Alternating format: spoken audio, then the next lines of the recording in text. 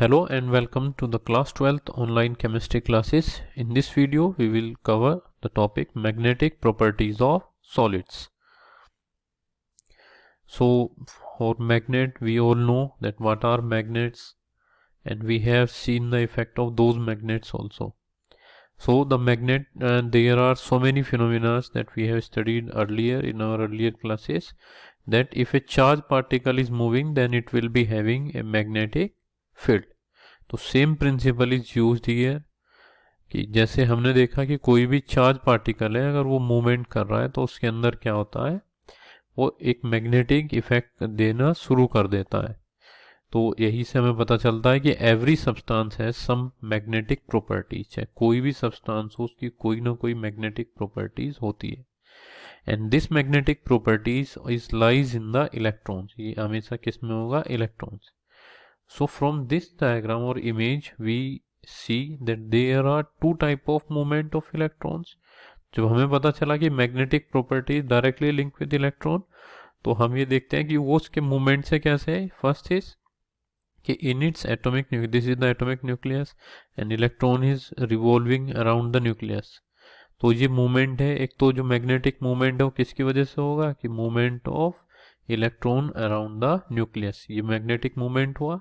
इसके अलावा जो दूसरा मैग्नेटिक मूवमेंट होता है, वो जो इलेक्ट्रॉन्स होता है वो स्पिन शो करता है. In your previous class you have come to know that spin quantum number के बेसिस पे या तो इसका क्या होगा प्लस हाफ स्पिन हम कंसिडर करते हैं, या क्या मानते हैं इसके अंदर माइनस हाफ स्पिन होता है. आइदर ये क्या होगा इन क्लॉकवाइज डायरेक्शन और क्या होगा एंटी क्लॉकवाइज डायरेक्शन में होगा.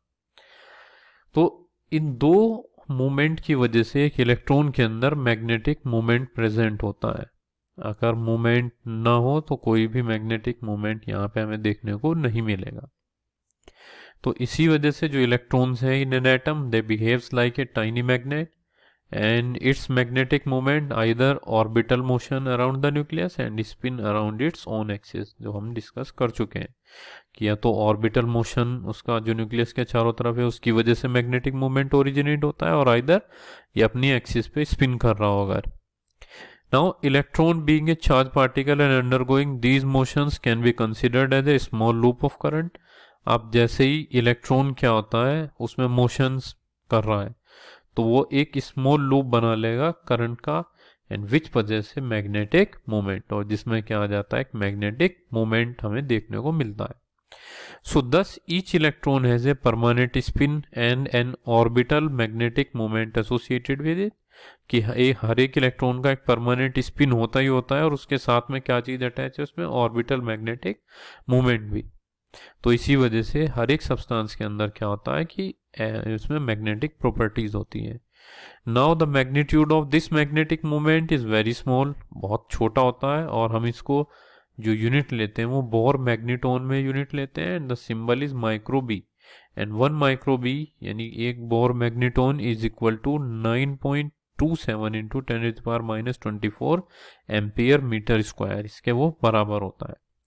So on the basis of magnetic properties we have 5 different type of substances: paramagnetic, diamagnetic, ferromagnetic, antiferromagnetic and ferrimagnetic. जो पैरामैग्नेटिक और डायमैग्नेटिक है इसमें तो हमें ध्यान रखना है कि बस हम इलेक्ट्रॉन्स तक कंसीडर कर लेते हैं कि भाई इलेक्ट्रॉन अगर पेयर्ड है तो डायमैग्नेटिक और अनपेयर्ड है तो पैरामैग्नेटिक होगा.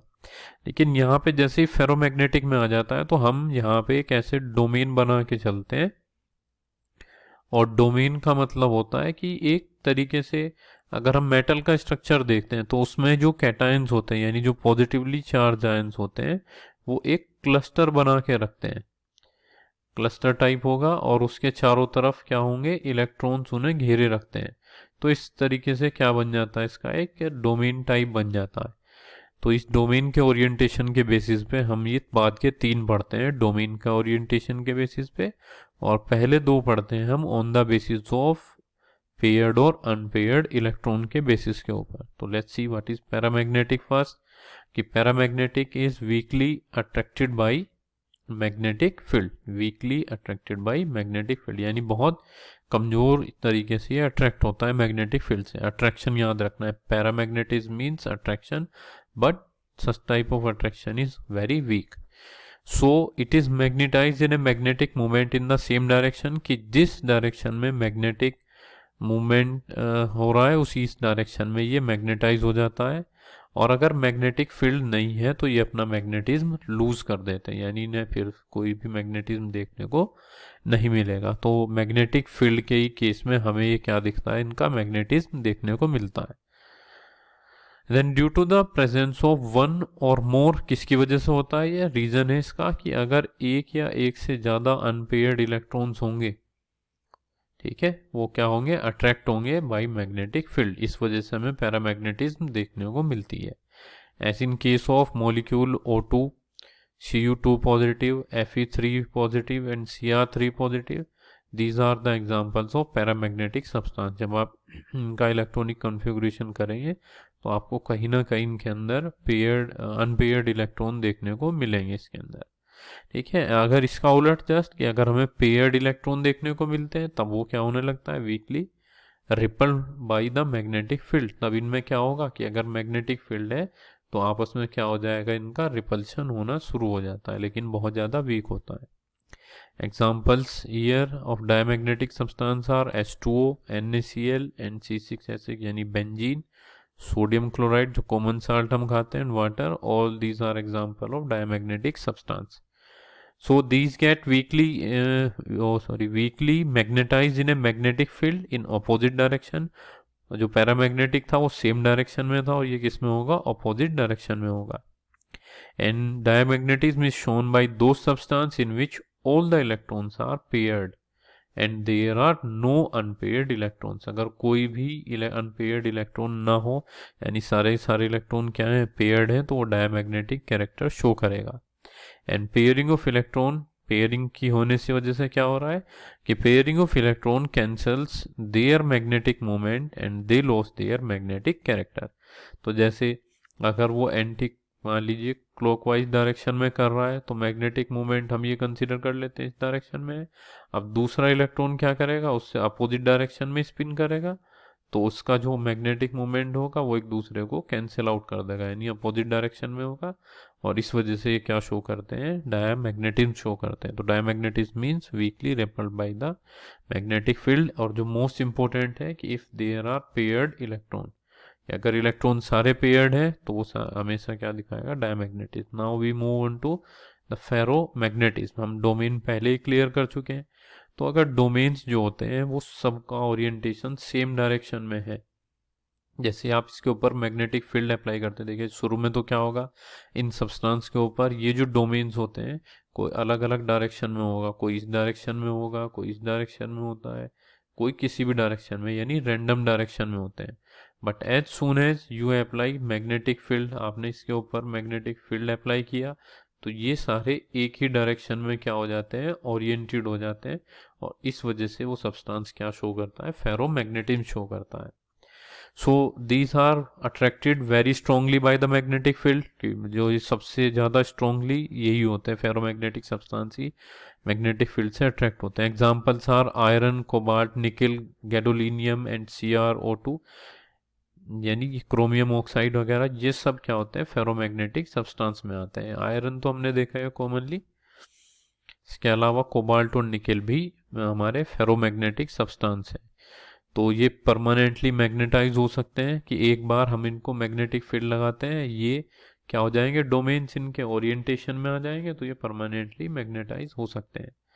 अब डोमेन्स क्या है कि in solid state the metal ions of ferromagnetic substance are group together into small region, उन्हें हम क्या बोलते हैं, डोमेन्स कहते हैं। And each domain act as a tiny magnet, हर एक डोमेन अपने आप में एक टाइनी मैग्नेट की तरह से बिहेव करता है। एंड इन्हें unmagnetised piece of ferromagnetic substance, अभी जो बताया था कि जब कोई भी फेरोमैग्नेटिक सब्सटेंस अनमैग्नेटाइज्ड स्टेट में होता है तो जो डोमेन्स है वो randomly oriented and their magnetic moment get cancel. ये रैंडम ओरिएंटेशन है, इनके जो मैग्नेटिक मोमेंट है वो क्या कर देते हैं, एक दूसरे को कैंसिल कर देते हैं, तो कोई मैग्नेटिज्म हमें देखने को नहीं मिलता है। बट मैंने substance is placed in magnetic field, जैसे ही आप इसको मैग्नेटिक फील्ड में करेंगे जो भी डोमेन्स हैं वो ओरिएंट हो जाएंगे एक ही डायरेक्शन में, and the magnetic field and a strong magnetic effect is produce, और एक स्ट्रॉन्ग मैग्नेटिक इफेक्ट हमें देखने को मिलता है. So this ordering of domain persists even when the magnetic field is removed and the ferromagnetic substance become a permanent magnet. और ये जो ordering है डोमेन की, persist मतलब लगातार बने रहती है. तब भी अगर आप मैग्नेटिक फील्ड भी हटा लें तब भी ये क्या होगा, ओरिएंटेशन ऐसी मिलेगी और फेरोमैग्नेटिक सब्सटेंस मैग्नेटिज्म शो करता रहेगा. नेक्स्ट इसका जस्ट उल्टा एंटी फेरोमैग्नेटिज्म है, यानी ये जो होगा वो मैग्नेटिक फील्ड का इसके ऊपर ऑब्वियसली कोई फर्क नहीं पड़ेगा, यानी ये अट्रैक्ट भी नहीं होगा ना, रिपल्सन हम इसको कंसिडर कर सकते हैं, कोई भी रेस्पॉन्स नहीं करेगा क्योंकि इसमें डोमेन आप देख रहे हैं ये अपवर्ड डायरेक्शन में, तो ये डाउनवर्ड में, ये अपवर्ड में, डाउनवर्ड में, तो ये एंटी पैरेलल ओरिएंटेशन है डोमेन्स का. तो एंटी पैरेलल ओरिएंटेशन हुआ तो इनका मैग्नेटिक मूवमेंट कैंसिल आउट हो जाएगा, और जैसे कैंसिल आउट होगा तो they are not going to affect by the magnetic field. ये so the domain structure is similar to ferromagnetic substance. एक सिंगल डोमेन का तो हमने सेम ऐसे ही है जैसा फेरोमैग्नेटिज्म में था, but their orientation are opposite to each other and उनका जो मैग्नेटिक मूवमेंट है वो कैंसिल आउट कर देगा, और इस वजह से ये कोई भी मैग्नेटिक प्रॉपर्टी शो नहीं करते हैं. सो इनमें क्या हुआ कि MnO जो है वो मैंगनीज ऑक्साइड वो एंटी फेरोमैग्नेटिज्म शो करता है. और जो लास्ट हमारे पास सब्सटेंस है इसमें वो फेरी मैग्नेटिक सब्सटेंस होता है, यानी इसका जहाँ पे पैरेलल आपको डोमेन देखने को मिल रहे हैं इतना हिस्सा तो क्या होगा कि वो अट्रैक्ट होगा मैग्नेटिक फील्ड से, और जहाँ पे ये एंटी पैरेलल आ रहे हैं ये अट्रैक्ट नहीं होगा मैग्नेटिक फील्ड से. तो ये क्या होता है, वीक अट्रैक्टेंट होता है किससे, मैग्नेटिक फील्ड से. So the magnetic moment of the domain in the substance are aligned in parallel and anti-parallel direction in unequal number. कि अनइक्वल नंबर में यहाँ पे पैरेलल हुए तो यहाँ पे क्या हो गए, दो एंटी पैरेलल हमें मिले, ये एक क्या हुआ parallel. So it is weakly attracted by magnetic field and as compare to ferromagnetic substance. The example is Fe3O4, यानी मैग्नेटाइट जितने भी होते हैं हमारे वो एग्जाम्पल इसका, या फेराइट्स हैं जैसे मैग्नीशियम फेराइट या जिंक फेराइट है हमारे पास, ये सब फेरी मैग्नेटिज्म शो करते हैं. And they lose ferrimagnetism on heating and become paramagnetic. ये ध्यान रखना है कि we can convert ferrimagnetic substance into paramagnetic substance just by heating, कि आप इसे हीट कर दीजिए तो ये आपका पैरामैग्नेटिक सब्सटेंस में पता चल जाएगा आपको. तो these were the 5 type of substance here: paramagnetic, diamagnetic, ferromagnetic, antiferromagnetic and ferrimagnetism. And thank you with this.